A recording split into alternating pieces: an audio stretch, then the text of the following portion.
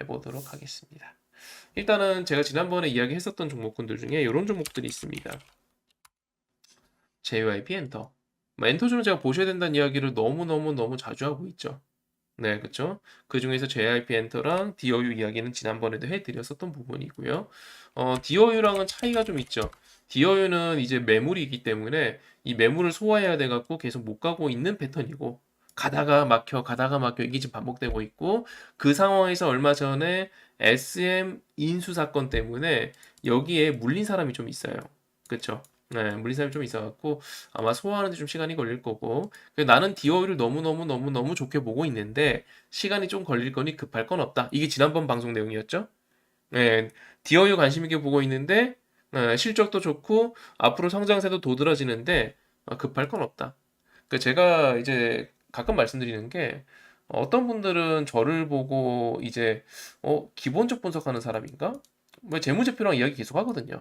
그리고 레포트 이야기도 하고, 근데 또 어떤 분들은 제가 또 차트 보고 이야기하면은 기술적 분석가인가? 네, 라고도 생각을 하세요.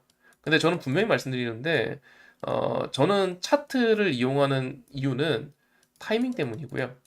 네, 타이밍 때문이고, 제가 여러 종목들을 업황과 레포트랑 뉴스랑 그 다음에 수급이랑 차트랑 다 동시에 이야기하는 이유는, 어, 저는 이제 한쪽에 치우치진 그런 투자자가 되고 싶지는 않고, 제가 쓸 수 있는 모든 잡기술들을 다 써서 조금은 효율적 투자자가 되고 싶습니다.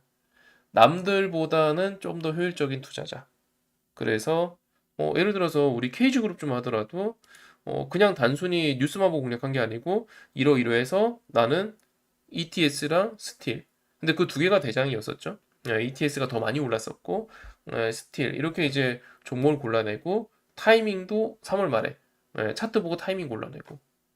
그래서 뉴스만 보고 투자하는 사람들은 타이밍을 잡아내기 힘들고요. 차트만 보고 투자하는 사람들은 이런 종목들이 왜 오르는지 이유를 몰라요. 예를 들어서 차트만 보고 투자하는 사람들은 뭐 JYP 엔터주잖아요. 아시죠? 풍산. 오늘 왜 이렇게 오타가 많이 났죠? 얘는 방산주죠. 근데 차트는 똑같아요. 기본적으로 계단식으로 계속 올라가는 차트잖아요. 근데 얘네들이 왜 이렇게 올라가는지 모르는 거예요. 기아도 이제 그런 식의 모양을 그려내기 시작했죠. 계단식으로 계속 올라가는 거. 근데 여러분들 아시잖아요. 자동차 이야기, 자동차 종목들이 시장에 주목받기 전에 여러분들께 먼저 이야기했죠. 그렇죠? 그리고 엔터주 계속 먼저 이야기했었잖아요. 엔터는 현재 호황기다. 업황 자체가 호황기다. 라는 이야기 계속 해드렸었고, 가장 최근에 이제 새롭게 이야기해드렸던 요런 류의 패턴은 레이 같은 게 있었죠. 그렇죠? 레이도 동일한 패턴이고 호실적이고, 레이를 비롯해서 레이가 속해 있는 테마군들, 의료장비 테마죠. 얘네들 대부분이 차트가 좋아요. 그 중에 저는 이제 레이를 많이 말씀드리고 있는 건데, 얘네들도 계단씩 올라가고 있는데 왜?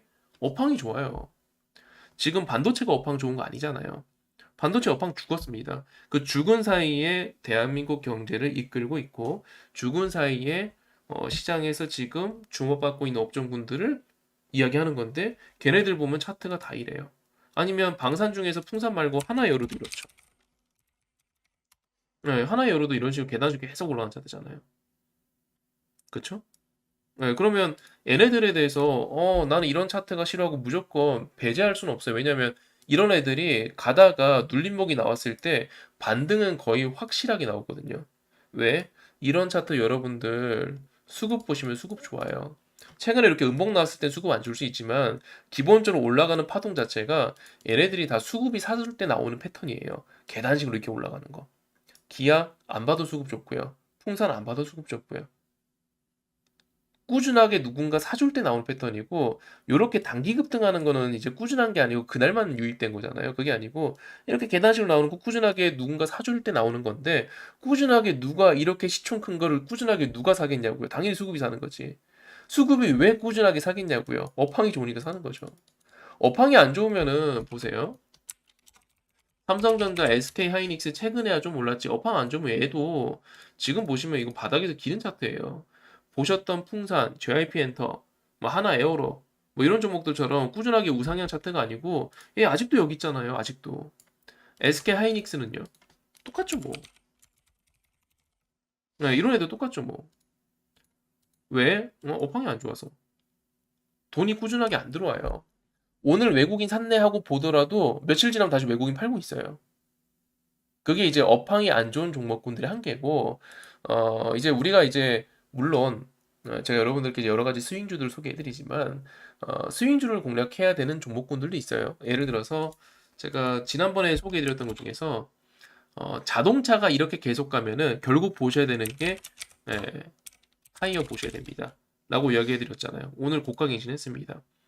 타이어 중에는 금호 타이어랑 넥센 타이어 보시면 됩니다라고 지난번에 말씀해드렸고 또 지난 강의에서 이런 이야기도 했었죠. 자동차가 사실 역사적으로 정말 잘 갔었던 때를 뽑아보자면 이제 2008년도 금융위기가 딱 끝나고 나서 이때라고 말씀드렸었죠. 이때 이제 이 이전에 금융위기 이전에 이제 현대기아 합병을 하고 그 다음에 금융위기 때 2008년도에 아직도 기억나는 기사가 대한민국 자동차 회사 현대기아차가 전 세계 자동차 회사 중에서 유일무이하게 플러스 성장을 했던 게 2008년도 금융위기였잖아요. 네, 플러스 성장을 하면서 우리나라 현대기아차가 전 세계적으로 주목을 받았던 때가 있었어요. 2008년도 그 금융위기 그 와중에도 그 이후에 전차군단이라고 해서 자동차 부품주들이 전부 다 이런 식으로 급등을 해버립니다. 네, 이런 식으로 급등을 해버려요. 그리고 이렇게 자동차 부품주가 너무 잘 갔으니 여러분들께 이야기했잖아요. 나 화신 살 거라고. 지금 이제 현대기아차가 전 세계 2, 3위 합니다. 네, 자동차 회사 중에 2, 3위 하고 있습니다. 우리나라 1분기 기준으로 탑픽이에요. 모든 업종을 통틀어서 성장률 탑픽입니다. 반도체 빈자리를 자동차가 메우고 있습니다. 그러니 안 갈 수가 있습니까? 그래서 여러분들한테 뭐 성우 하이텍, 화신 이거 뭐 지나서 이야기한 게 아니고 이때 이야기했잖아요. 이때 사셔야 됩니다.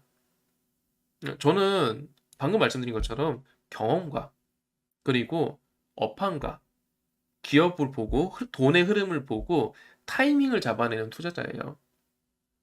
내가 차트를 보는 이유는 어줍잖게 선 찍찍 그으면서 어줍잖게 뭐 골든 크로스니 데드 크로스니 아니면 보조 지표 넣어갖고 막 이렇게 해갖고 뭘 잡아내려고 하는 그런 투자자가 아니고 저는 내가 내 시간과 내 돈을 효율적으로 쓰기 위해서 차트를 보는 타이밍을 보는 투자자입니다. 참고해 주시고 그래서 일단은 지금 자동차가 너무 좋고 이렇게 계속 가게 된다면 옛날에도 그랬다. 이러다가 마지막에 갔던 거 타이어였다. 그래서 타이어 소개해드린 바가 있었죠. 이게 다 지난번 방송 내용이었잖아요. 그렇죠?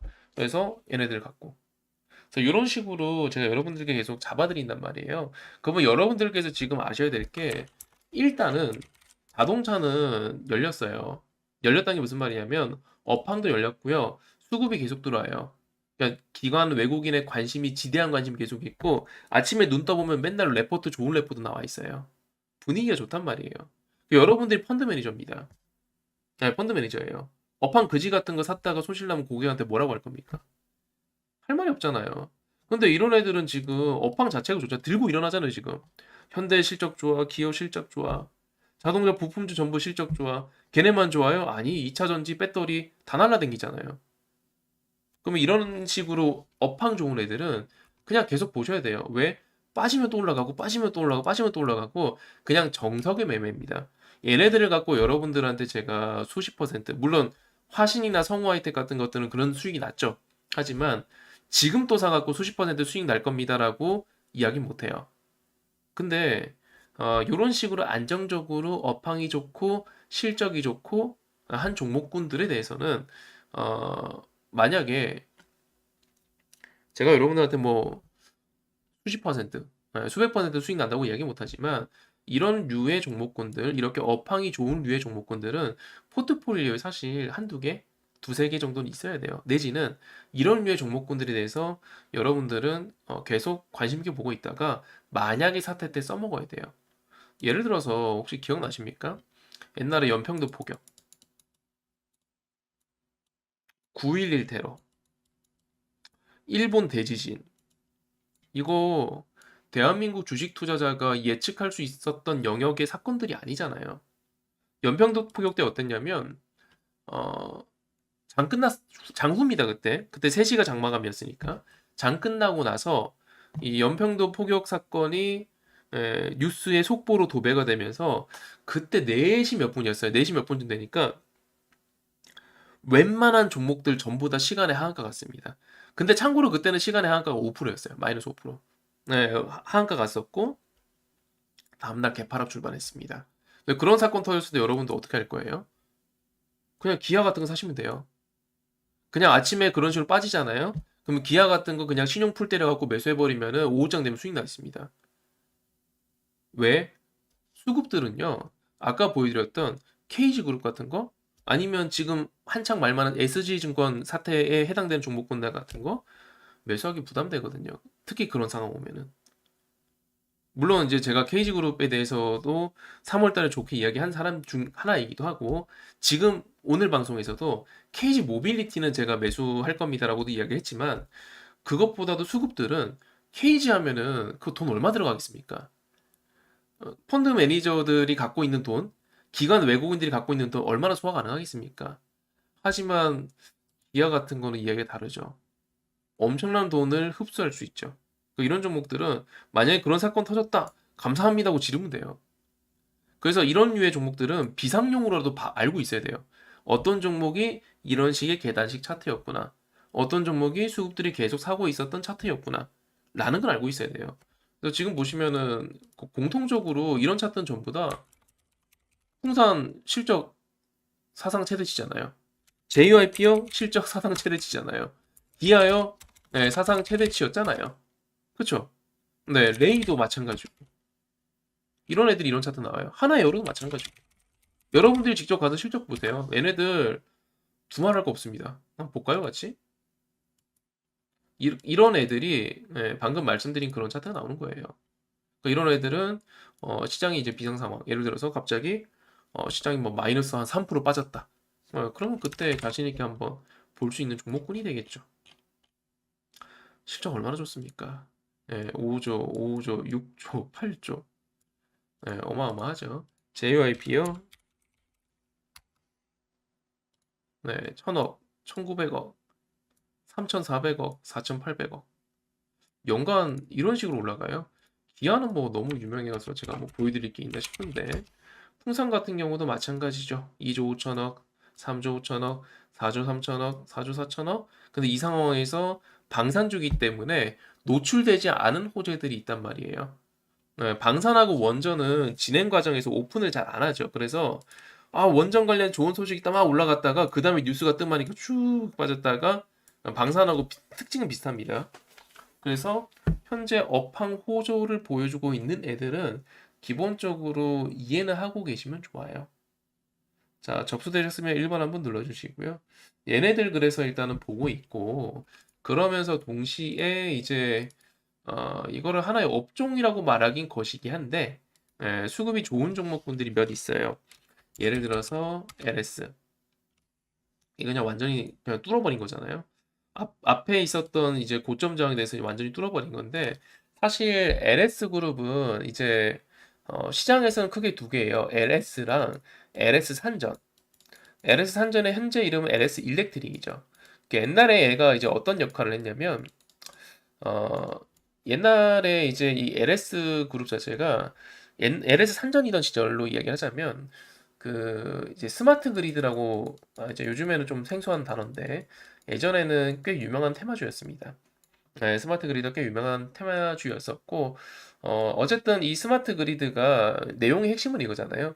전력을 좀 효율적으로 이동시킨다? 이런 느낌이라 보시면 될 것 같고 연결망이라 보시면 되는데 관련해서 이제 뭐 지능형 전력계라든지 뭐 이런 것 때문에 이제 당시 이름은 뭐 이제 옴니 시스템이나 이런 종목군들이 이제 뭐 PS텍 스마트 그리드 관련주로 움직였고 약간 이제 대장주 역할을 해줬었던 게 대장주라기보다는 대형주 역할을 해줬던 게 요 LS 그룹이었습니다. 그래서 전력 관련한 이슈가 있을 때마다 한 번씩 움직였었고요.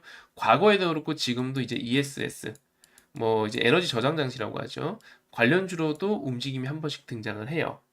얘네들이 근데 조금 무겁습니다.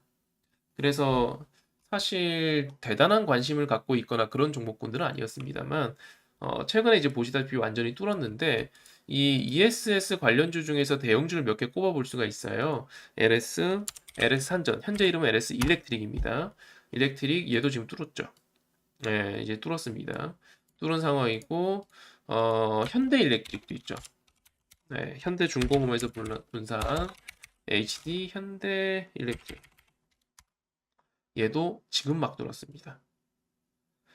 그래서 시장에서는 이제 에너지 저장 장치 ESS 관련주를 과거에는 이 블랙아웃 사태 때 ESS 관련주라고 해서 뭐 파워로직스나 블랙아웃이 뭐냐면 정전되는 거예요.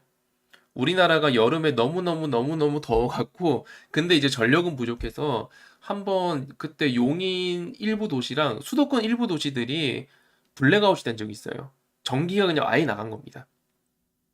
아니, 전기 한번 아예 나간 적이 있었고 그 이후로 이제 블랙아웃 관련주라고 해서 매년 조금씩 움직이다가 지금은 안 움직여요.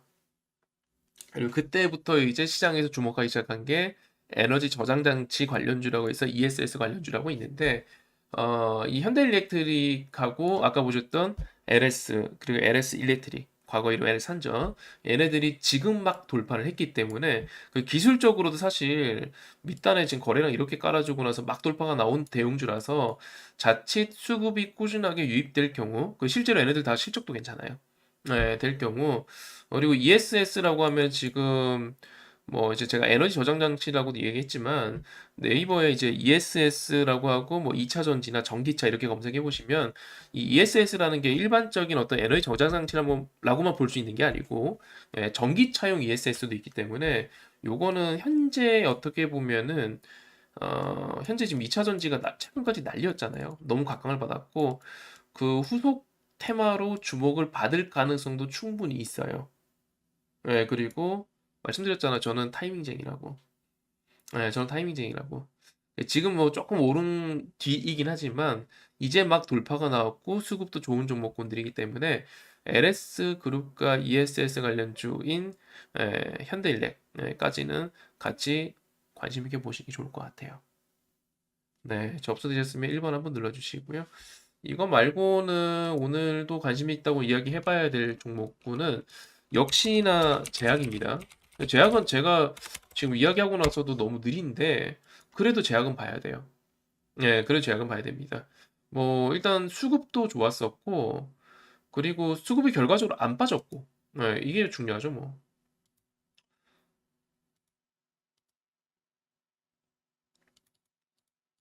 제가 이제 말씀드렸던 제약주 중에 저희도 이제 공략을 했어요. 저희 VIP 분들하고도 공략을 했는데 이번 거는 거래량이 조금 적어갖고 제가 오픈을 하진 않았습니다. 네, 오픈하진 않았는데 나중에 이제 오픈하게 될 건데 보시다시피 안 빠진단 말이에요. 그러니까 제가 수급 보는 방법 설명드렸었죠. 어떤 분들은 이런 이야기를 해요. 외국인들이 사니까 좋은 종목 아닙니까? 기관들이 사니까 좋은 종목 아닙니까? 이런저런 이야기를 하시는데 뭐 다 필요 없습니다. 개인이 빠지면 돼요. 네. 외인, 기관, 연기금 뭐 다 필요 없습니다. 그냥 일단 수급이 좋다라고 이야기를 하려면 개인이 빠져야죠. 얘가 제일 똥물인데. 네, 얘가 빠져야죠. 얘가 빠져야 일단 수급이 좋은 건데 기본적으로 이 기조가 계속 유지가 되고 있거든요. 그건 한미사이언스만 그런 건 아닙니다. 약품도 그렇죠. 네, 이 기조가 계속 유지가 되고 있죠. 그리고 또 얘만 그런 건 아니고요. 유한양행 얘도 마찬가지죠. 그죠? 그러고 나서 보니까 제가 이제 기사 많이 공유해드렸잖아요. 뭐 톡방 입장하시면 요런 내용들 기사들은 계속 공유해드립니다. 여러분들 보셔야 될 거. 공유해드렸지만 올해 이제 제약바이오 관련해서 호재거리가 좀 많아요. 특히 발표 예정인 신약들도 있고 뭐 임상 결과 발표 예정인 것도 있고 FDA 판매 승인 예정인 것들도 있고 네, 한울바이오파마 같은 경우는 얼마 전에 중국권 하나 이제 끝났죠. 그래서 일단은 지금 내용들이 꽤 괜찮은데 수급은 안 빠지고 차트는 버텨준 딱 그 상황입니다. 조금 지루해질 법한 찰나인데 여전히 관심 있게는 보셔야 될 것 같아요. 아예 이제 얘 안 간다 정리하자라고 하기에는 조금 아쉽네요. 자, 여기까지도 접수되셨으면 일반 한번 눌러주시고요. 개인적으로는 제약은 하나는 가져가야 될 것 같아요. 지금 좀 루즈하긴 한데 그래도 하나는 가져가 볼 만한 것 같아요. 예, 뭐 제약을 엄청난 비중으로 엄청난 공략을 하지 말라고 말씀드렸습니다.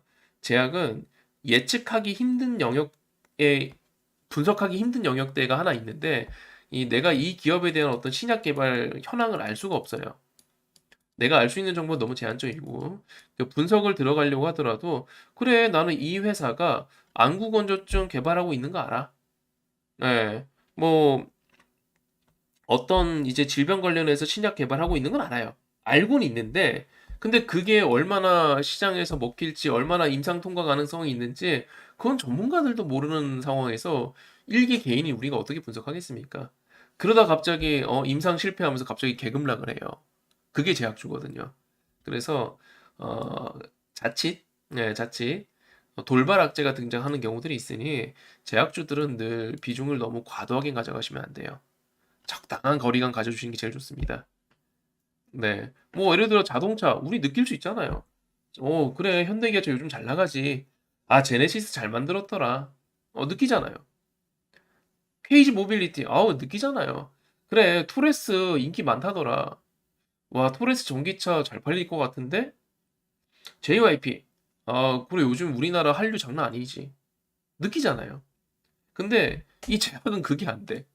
제약의 상승 모멘텀은 오로지 파이프라인이란 말이에요. 네, 파이프라인인데 그 얘네들 기술 수출하는 것도 시그널이 안 나와요. 갑자기 어디 미국에 있는 제약사를 기술 수출에 계약했다고 수천억 이제 이 그 돈 받기로 했다고 갑자기 막 급등을 하는데 그 전에 알 수 있는 시그널이 되게 제한적이란 말이에요.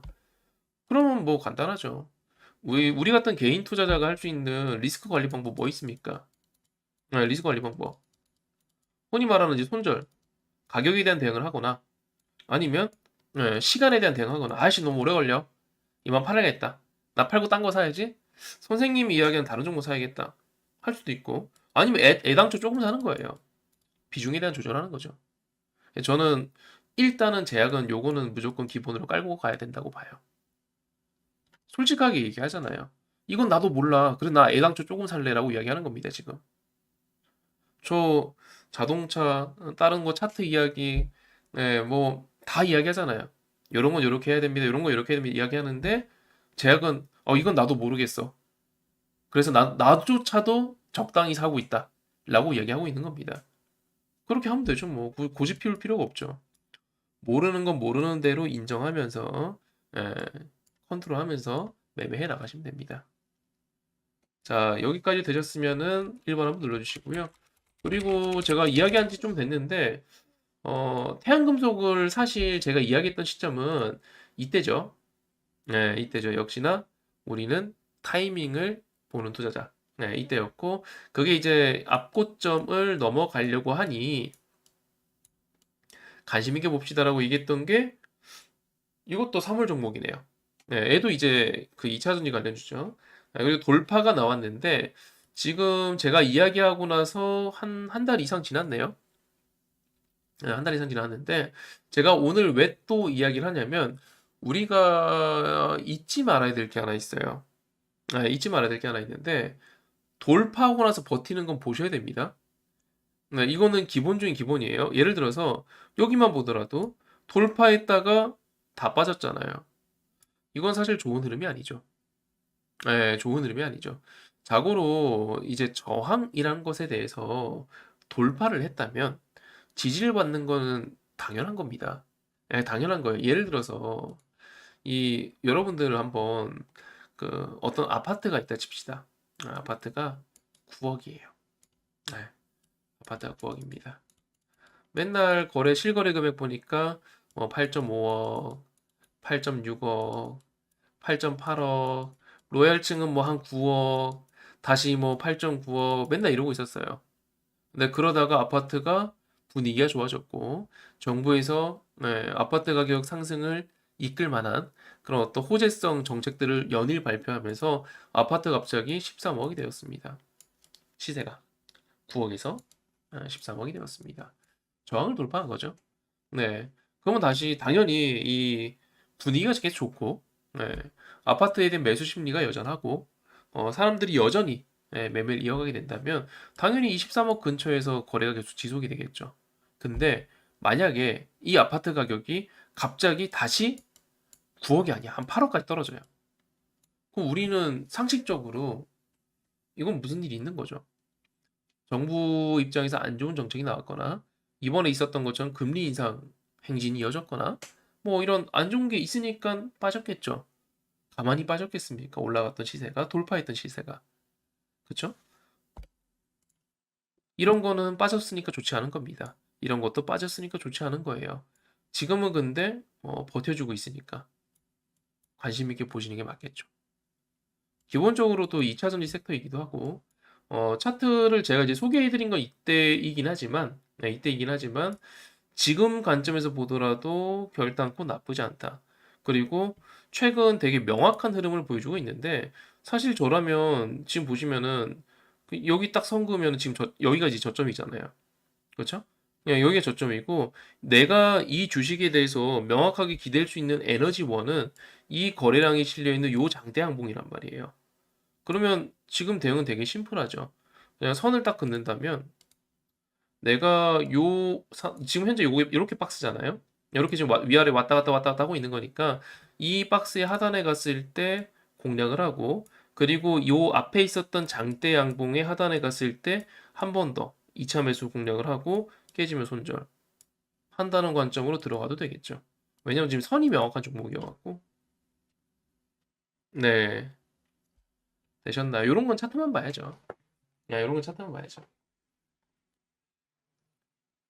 아까도 말씀드렸지만 호실적에 업황이 좋고 그런 애들도 물론 가져가요. 그러니까 장르가 좀 다른 섹터라고 봐주시면 될 것 같아요.